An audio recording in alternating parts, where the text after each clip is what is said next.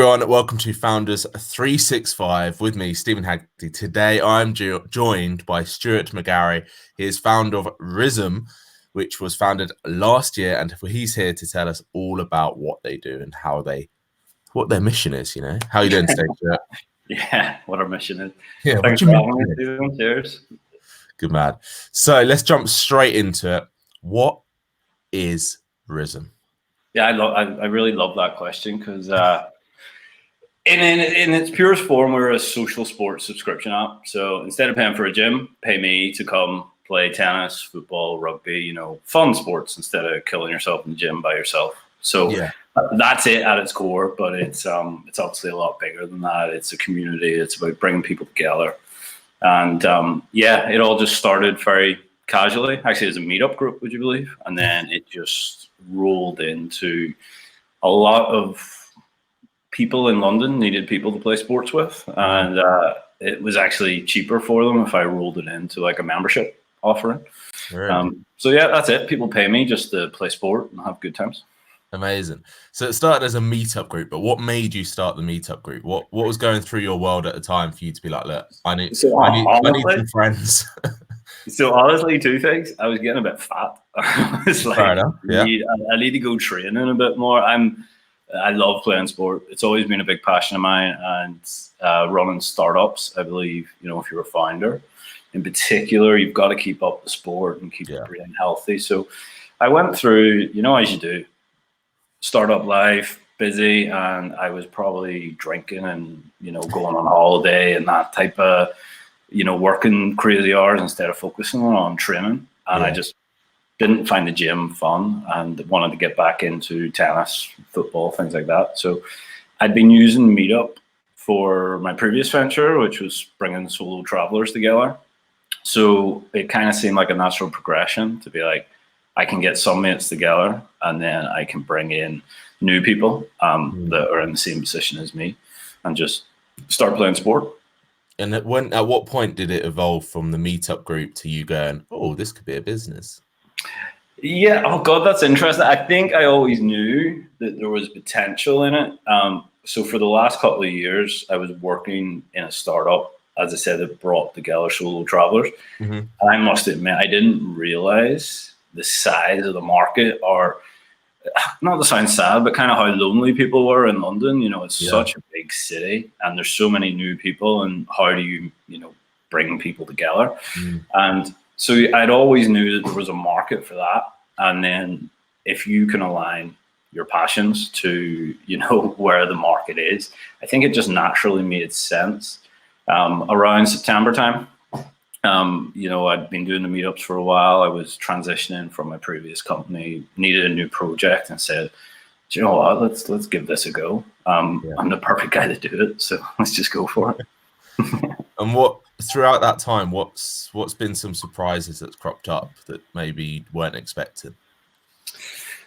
I hate to focus on a negative, but the only surprising things have been the negative side, because I just assume, people want to play sport, venues want to be filled, and I hate to focus on one group, but the venues have been very difficult to deal with.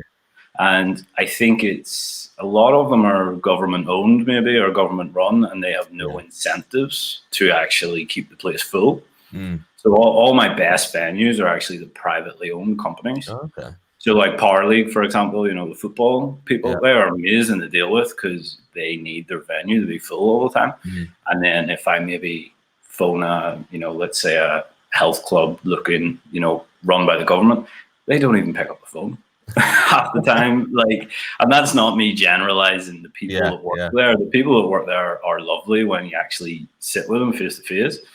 But the actual motivation, I've kind of been shocked that people are kind of just happy to let their venues sit because there's no motivation for them, probably financially, to get them filled. So some places I've thought, if you imagine I'm booking regularly a court or a pitch, and I always want it to be in really unique venues, they'll just be okay with it sitting empty instead of kind of working with me, if that makes sense. Bizarre. So I've been surprised at how important the art of face-to-face interaction and having a coffee and meeting people is. Because places like, they won't even answer an email or pick up the phone. But if I pop round for a coffee and say hello, you know, 10 minutes in, you see that they're great people and you want to work together. But yeah, I've been truly shocked by the kind of nonchalant nature, let's say, of people just being like, nah, it's all right. I don't care if we make money this month. Yeah, it doesn't affect me. It doesn't affect my salary, sort of thing. Yeah, but then some venues have been amazing. You know, yeah.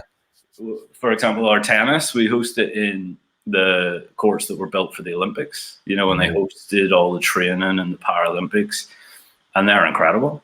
Like it's probably one of the best tennis centers in London. And, you know, they really want people there and want to work with us. And they focus heavily on getting, you know, people from all orifices of the community in there to play tennis. And it's incredible. Amazing. Is there anyone else doing this? Is there anyone else in London offering this similar sort of service? So there is, and again, this was a motivation for starting it. There's organizations that are sector specific. So there's certain organizations that might run leagues and they're quite, you know, competitive. And I've played them. I love them. I respect a lot of them, but there was no one doing it from a tech point of view and no one doing it from a let's be social, let's make it easier for you. So, you know, all my members, I have an app, for example, that I built for the members and they can sign up to games and things. It's all very manual and overpriced with the other services. It's not that they don't have a place. They're going after maybe people who are signing up to teams and doing competitive leagues. Yeah. Whereas all mine is focused around bringing solo players together. And we're very unique in that our football, for example, it's usually 50-50 balanced, women and men. And there's not a lot of places you can play football in London where the women and the men feel comfortable playing together and it's not that competitive and it's fun. And then obviously the social side afterwards. So yeah, I wouldn't say anyone's going directly after the model we're doing, but there's plenty of companies out there that are bringing people together for sport. So the way I kind of look at it is that I want to bring that good work together into one big community. That's good. Speaking of the community, is there sort of a typical person that you're finding is signing up, or is it completely varied? I must admit, I do find it's young professionals, 25 to 35. They see the value in meeting people through sport. It's not particularly people that are, you know, single or lonely, but a lot of them are new to London and see the value, but also people, they kind of want value for money because if they sign up the membership with me and per session, they're probably paying about £250 per session. Whereas most sessions in London, you're talking between £8 and £15, you know, as a pay-as-you-go type model. So some people come for value that have lived in London for a long time. And then I think I'm the face of it still. So I host all the sessions. I build the company at the minute. And then I think naturally people who are similar to myself would come along and stay along and become members. It's very personal business at the minute. You know, I know my first 100 members, I kind of know personally and would probably consider them, you know, friends because we've played sports so much together over the last 6 months, you know? Yeah. For you, what is the, you know, you mentioned that obviously you have the app and all that kind of stuff. What was the motivation for you to make it as simple as possible for you, the community to come together? I'm a big fan of convenience, and I hate inefficiencies and people.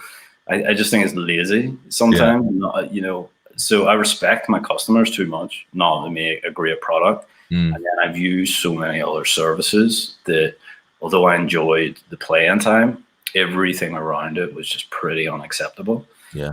Whether that be the technology or the respect for the customers or the price point or the branding, it just, do you know what it nearly feels like? You know, back in the day when there was all these search engines out there and then Google came along and streamlined it all. That's kind of how I feel. You know, I respect. You're getting rid of Ask Jeeves, basically. Yeah, I respect Ask Jeeves, but it has no place for my customers. They deserve better. Yeah, exactly. Did you develop the app yourself or did you outsource? I done it myself, but I used kind of, you know, software to build it, if that makes sense. So how did that go? God's honest truth, I had a friend who was a developer, and I was nearly ready to, sign the check, and because I had a little bit of capital to put into the company and things like that. And I just said all I wanted was a simple app to manage each session. So it suited me. And I say to a lot of founders, because I do a bit of mentoring and working in the startup community and things like that. I always say, if you can build it yourself, save the money. I'm very rare. I focus on actually making money instead of just chasing investors and building bad business models. I actually try and make money with my company. So that is unheard of. Yeah. So I was, instead of spending $20K for an app, I was like, yeah, I can get, X amount of members for that. So you spend your time rather than your money.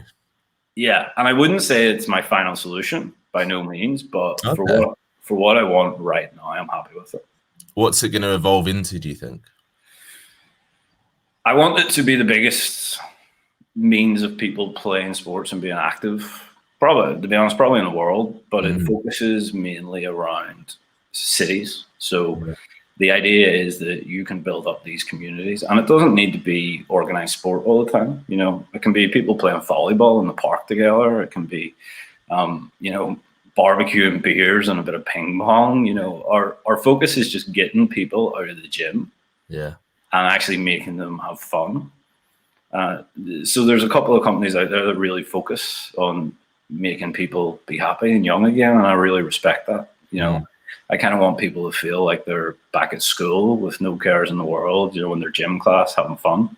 Yeah. And that's why I say social sport so much, because people can be competitive and get a good workout, but the key is actually that everyone's happy and has a smile on their face, Exactly. And build that trust and friendship along the way, like you said. Yeah. So you're in London at the moment. When's the next city going live? When are you going to start expanding? Right now, I'm expanding the team here in London because I'm bloody wrecked. Building a startup, and it's building a startup during the day, and then every night and weekend, it's I'm going out there and hosting sessions. So now that we're releasing more memberships, we're very lucky to have a kind of waiting list of people that want to sign up. And I really want to bring in good quality people that can help me host it.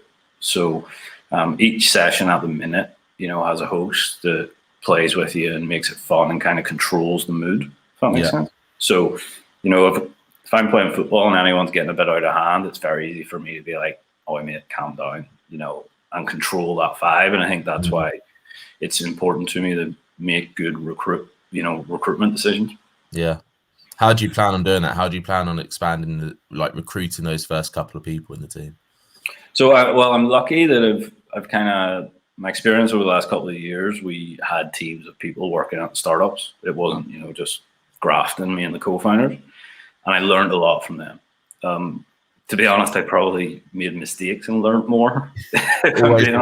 Always the way. Yeah, we just we hired lovely people, but for X amount of reason, it didn't work out. So when it comes to recruiting, I'm very process driven. So I do a lot of I don't mind talking about it. We do a lot of personality tests and phones on, chat on the phone, and kind of before we even get to the interview stage, simulate the role, thing like that. So half the reason I haven't recruited anyone yet is because the process is quite, especially for a startup, the process is quite long. So I would rather make a good hire instead of just compromising on someone. That's an interesting one though, because it's what a lot of bigger companies do anyway, in terms of having that longer process-driven recruitment process, focusing on the personality testing, all that kind of stuff. For you, why, other than obviously finding someone that's more aligned with you, what are the benefits do you see doing that sort of process? So from a management point of view, it's so much easier if it's like a hack to know exactly what your employee is like, if that makes sense. Yeah. So there's no conflict. I know exactly what I'm getting, and in a strange way. And I think a lot of candidates get confused to think that there's a wrong answer to the personality test, but it's actually better for me to know their weaknesses, so that then I can say, okay, I really like this person. This is what they're good at, and I can really go in depth and define the job spec and the job description. So for me, it's not me looking to not hire a candidate. It's actually me looking to gain information that will help me be a better leader and a better boss, and build a better relationship that day one when they come in, hit the ground running, and we can actually not waste a lot of time on training and getting used to the role and things like that. Yeah, massively. And they're happier, you're happier, your customers are still happy as well. So yeah, and I actually find that a lot of people, if the recruitment process feels a little tougher, they, it's like I hate to say this, it's like you're gamifying the recruitment process. Yeah, they want to get to the next level. They feel proud. They really want the role, I find. Yeah. You want them to buy into the business, right? Especially at an early stage like yours. Yeah, and I'm a big advocate of being a solo founder. If you want to be a solo founder, be a solo founder. So instead of looking for that co-founder to take the burden, you're looking for people that specifically can do things that you can't, and increase that team. No, I completely agree on that. I think there's a lot of people that waste a lot of time trying to find a co-founder when they can find people that they can hire or outsource things to get their project or plan out the ground quicker. There's a whole. Well, have you had that yourself? Have you had a little co-founder conflict, or are you advocate a single founder? So I'm personally, I've always loved working on my own in terms of building businesses. I've done a few, like a couple of years ago, I had a partnership with someone. That was quite good actually, because we weren't really friends beforehand, but we both wanted to have this idea and we wanted to grow the idea, and it was working. But then, as things transpire, it wasn't working out in the best interest for us both. Let's put it that way. Yeah. And actually, it was a great lesson for me, because I realized what my strengths are as a founder, rather than me thinking, oh, I need this person or I need that. It's like, actually, no, I can do that. Like you said, I can create that quicker on my own than trying to get someone else to do it as well. But at the moment, in the founders network that I run, I see a lot of founders that are wanting a co-founder. And when you start asking them why, it is majority about, I think a lot of it is about the confidence in oneself and the ability to start what they want to start on their own, rather than having that soundboard, if that makes sense, when there's lots of other avenues out there for them to get that support. In my opinion. Sounds like they need a good coach. Exactly. Hire Stephen Haggerty or Stuart. So I actually find that a lot of the reason people think they need a co-founder, well, one is because venture capital firms and investors are telling them they need a co-founder. Yeah. But they're worried if they disappear one day, they need someone else to pick up the slack. Yeah. So I'm a big advocate of actually saying it's okay to be a solo founder, and that's because I've been a solo founder and had founders, co-founders. Yeah. So I'm kind of in a nice position now after 10 odd years of doing this to say, it's kind of what works for you. Exactly. If you want to be a solo founder, be a solo founder. I kind of respect someone with that confidence to say. I think that's the key there. It's about discovering what works for you, actually testing it, trying it with a founder, trying it solo, and discovering what floats your boat, right? Yeah. And I think the investor route is an interesting one, because in fact, the majority of founders I know that are going down investment are actually solo founders, more than team co-founders. There's one of my clients that has 3 founders and they've got heavy investment. But the one guy springs to mind. He's doing some really cool things, and the conversations he's having with investors are super positive. And that's not a topic that's come up yet for him in terms of going the investor saying, hey, why don't you get a co-founder? But that's probably because he's already got a little team in place that are focused on specific areas in the business for growth, which is great. Yeah, I'm more a fan of that. In this day and age, it's very easy to get support. It can be something as simple as using Fiverr to get some freelancers in, or employing a coach and employing people to come in and help you.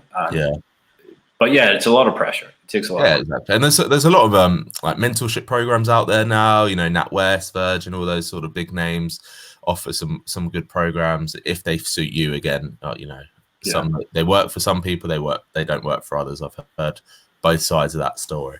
For you, on this founder subject, then, what do you think is one of the benefits for you being that solo founder, other than the fact that you can sort of be in control of everything per se? Yeah, because that makes me sound like a control freak a bit. But Stuart, the control freak. This is now turning into a counselling session. It's kind of, for me, it's slightly different because my whole life has kind of been focused around being a founder. I knew from a very young age I was going to be a founder. I even went to university to study entrepreneurship. I have always kind of had that goal. Yeah. And that sort of selfless, clear focus is very rare. So it's probably the only thing I've consistently wanted over a good period of time. So when you have that sureness about what you want to do and the conviction, sometimes then if you have a co-founder who's not particularly on the same level but is good at a role. So two co-founders I worked with previous, I really liked them as people, but they weren't up to the level to be a founder. You know, they would have probably been great as a first hire. And that's genuinely not me saying that to put them down as founders. It's just, it takes a certain mentality. So sometimes I think the founder should go in, build that, zone of excellence, and then bring people in on that vision, which is, for me, what works better. But then, like you said, some founders need the support. Some teams are great if one's really good at tech and one's really good at business development. I've seen a lot of those teams work. Yeah, that's like the classic setup, isn't it?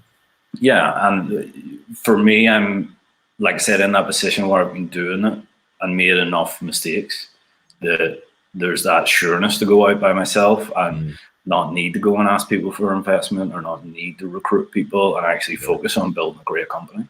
That must be quite refreshing for you and the people around you, though, because you're probably surrounded by people that are doing the norm, let's say. And weirdly enough, even though you're doing what traditionally a business should be doing, aka making cash, but it seems that a lot of businesses aren't focusing on that at the moment. It's more focusing on given cash. They've all watched the Social Network too much. That's it. You know what's cool? $1 billion. They've all got the I'm CEO bitch business card and all that kind of stuff. But I think that's where British startups are probably different. What a lot of people don't mention about those type of capital companies is the venture capital expenditure in America is like 10 times what it is in Britain. Even with Britain now being the third or fourth biggest, I think it was 4.6 billion it came out recently. That's still a staggering low amount compared. So we don't have enough capital for people to go out there. And usually the VCs only give you a year, 2 years. And I took on some capital with my first venture and was lucky with it and done well. But I've always then said, I don't want a VC essentially telling me what to do, because it's not anything that's wrong with them. Their job is within a 10-year cycle to make a 10x return on your investment. There's nothing wrong with that. But founders don't understand that that's what they want. And not enough founders look at, venture capital cycles and when's the best time to approach them and who to work with. And it's just a whole other industry. So I say to a lot of people, especially first-time entrepreneurs, they'll come and find you if you go and build a great company that makes money. If you make enough noise. Yeah, all those meetings, all the pitch deck preparation, all the begging, think how much, if you put that same energy into building your company and looking after your customers, how good that would then be. Yeah. And I ironically, I am now getting attention from people and investors saying, "Oh, is Risum thinking about taking on a funding round and things like that?" And I'm like, "No." I'm busy. Leave me alone. I'm busy building the business. Don't talk to me. It's ironic. It is ironic. Yeah. And I think if you have the confidence to build a good business, you'll attract the VCs anyway. They're exactly. They're looking. For me, and Risum in particular, the only fundraising I would consider would probably be crowdfunding. And that's honestly because I love my customers. I love it makes sense because it's a community-led funding round. And you've I love what I'm building. So if I can bring them in as advocates and make them some money and also free up capital, because this is ready-made to be expanded to other major cities. So it's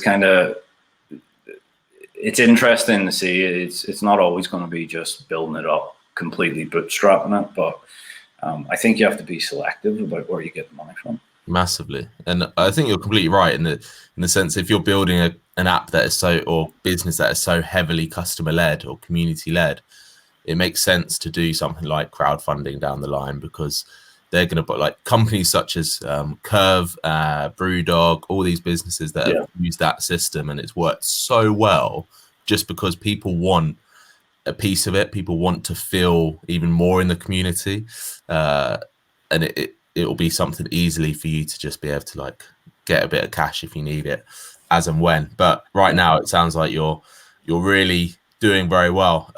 One of the last things I wanted to ask, or a couple of things, is in terms of your customer feedback, how have they been? How have they been speaking to you about the app? And a year ago you weren't in their lives basically, and now you are.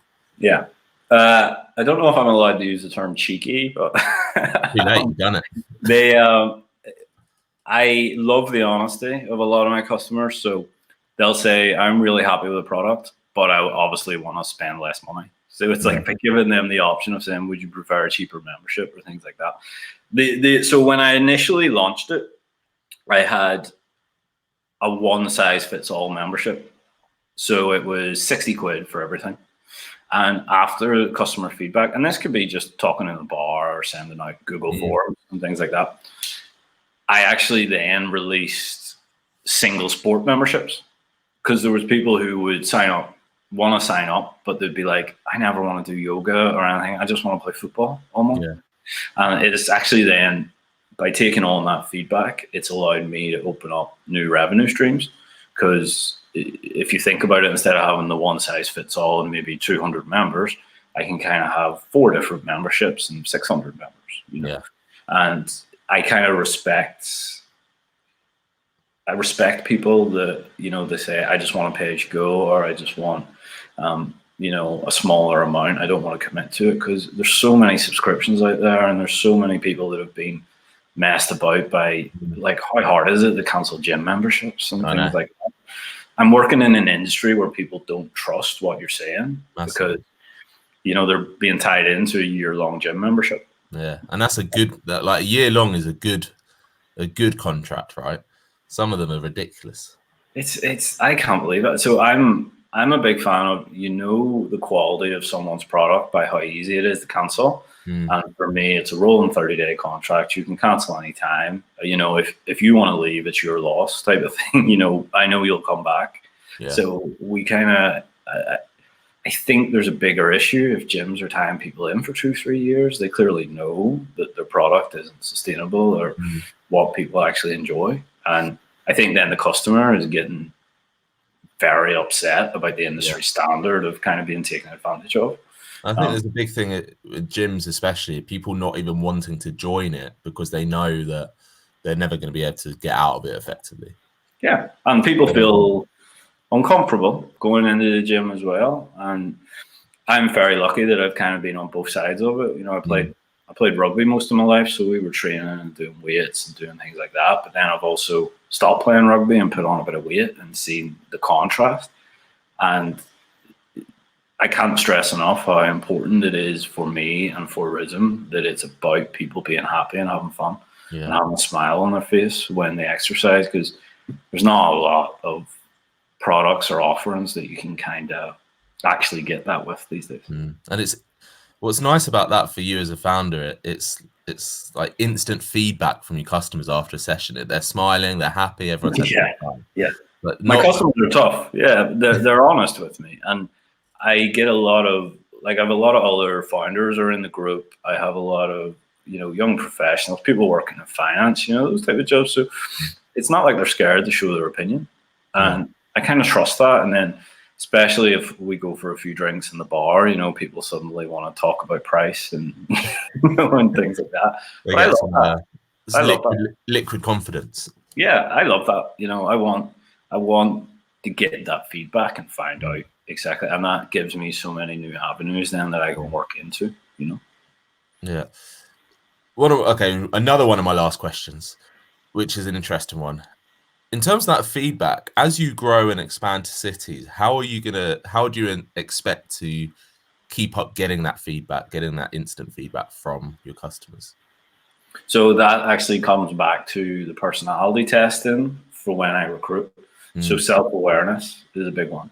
So if you have someone who doesn't really have a self-awareness trait, they're not going to notice those little intrinsic details in the game.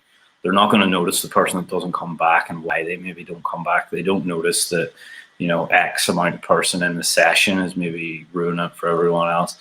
So instead of getting that direct feedback, it's nearly about having a team of people that are aware in the moment and have that self-awareness to say, oh shit, this isn't working. Or, you know, a lot of what I do, for example, is a lot of big guys when they play football usually swear a lot and get annoyed, not because they're aggressive people, but because they're annoyed that they made a mistake. So, you know, I had a big guy the other week and he was effing and blinding and doing this. I just went up to him and sort of went, "Mate, you're all right, calm down, you know, you're playing well, you know, it's social football, calm down."